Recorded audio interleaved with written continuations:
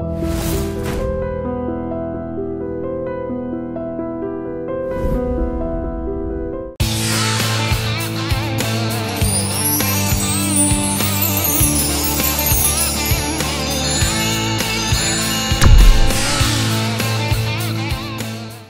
బాగా చదివించారు. మీరు సామాన్య కార్మిక నాయకుడు, మీరు మాజీ మంత్రిగా పనిచేశారు, పిల్లలందరినీ కూడా యూఎస్లో చదివించారు, మంచి పొజిషన్లకు తీసుకొచ్చారు కదా.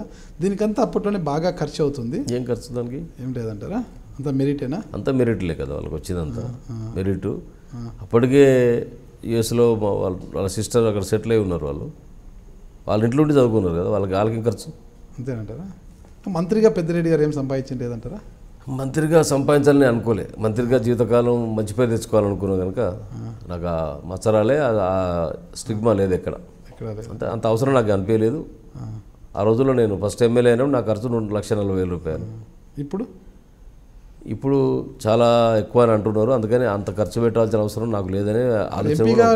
దాదాపు 50 కోట్లు ఖర్చు పెట్టాల్సి వస్తుంది. అవసరం లేదు. నేను కోట్లు ఖర్చు పెట్టి గెలవాల్సిన అవసరం నాకు లేదు. ఇప్పుడు నేను ట్రేడ్ యూనియన్లో ఎదుటోళ్ళు లక్షలు పెడతారు, నేను పెట్టను. నేను ఒకటి రిక్వెస్ట్ చేస్తాను అంతే. ఎంపీగా నిలవన్నా కూడా నోటు బయటికి తీసుకోకుండా గెలవగలుగుతారా? మినిమం ఎఫర్ట్స్, ఆర్గనైజ్ సంబంధించిన మినిమం ఎఫర్ట్స్ పెట్టాల్సి వస్తుంది. అది నా శక్తి మించి నేను చేయను. మీరు ఒక మాట అప్పుడు అన్నారు, ఎందుకు హుస్నాబాద్లో ఓడిపోయానని. ఆ రీజన్ చెప్తే బాగుండని చెప్పలేదు. ఎదుటి వాళ్ళు చాలా విపరీతంగా ఖర్చు పెట్టిళ్ళు. నేను నిజంగా ఫస్ట్ డే నాకు 50 లక్షల చేతులుంటే నేను ఎమ్మెల్యేను.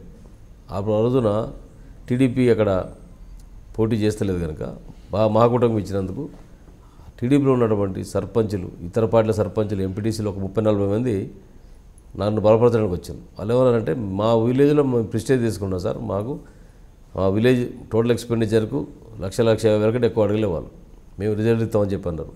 నేను 50 లక్షలు వాళ్ళకి ఆ రోజున ఇవ్వగలిగితే ఎలక్షన్ ఎక్స్పీరియన్స్ కిందకే నేను ఎమ్మెల్యేనే, నాకే లేవు చెప్పిన నేను ఇవ్వలేనన్నా. నెక్స్ట్ డే లక్ష్మీకాంతరావు వాళ్ళ బ్రదర్ రాజేశ్వరరావు వెళ్ళి వాళ్ళకి 2 lakhs 3 lakhs చెక్లు ఇచ్చిపోయాడు. పోయి కిడ్స్కి వెళ్ళి మీరు డబ్బులు తెచ్చుకోవాలి. రాజకీయాలు అటు పోతుంటే నోటుకి పని చెప్పుకోకుండా నాకు మొదటి నుంచి ఐఎమ్ అగెనిస్ట్ ఫర్ దట్. ఇప్పుడు మీ దైనందిన జీవితం ఎలా నడుస్తుంటుంది ఇప్పుడు మీరు? అసలు ఐఎమ్ కంఫర్టబుల్, ఐఎమ్ హ్యాపీ, నాకేం ప్రాబ్లం లేదు.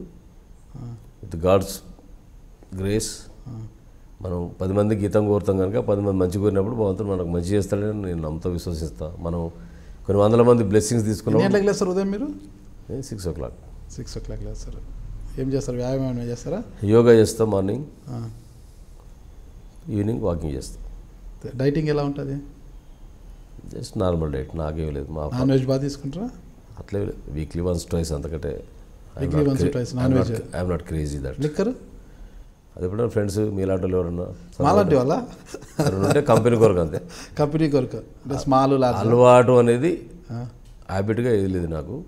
బట్ అని అది నాకు పరిచయం లేదు అని చెప్పాల్సిన అవసరం లేదు. ఎందుకంటే తెలంగాణలో ఉన్న వాళ్ళకి మాకు సాంప్రదాయ సిద్ధంగానే మొదటి నుంచి వెళ్ళి సాంప్రదాయ కుటుంబాలలోనే చిన్నప్పటి నుంచి ఉగ్గుపాలతోటే మాకు వాడికక్కలతోటి మొదలు పెడతారు.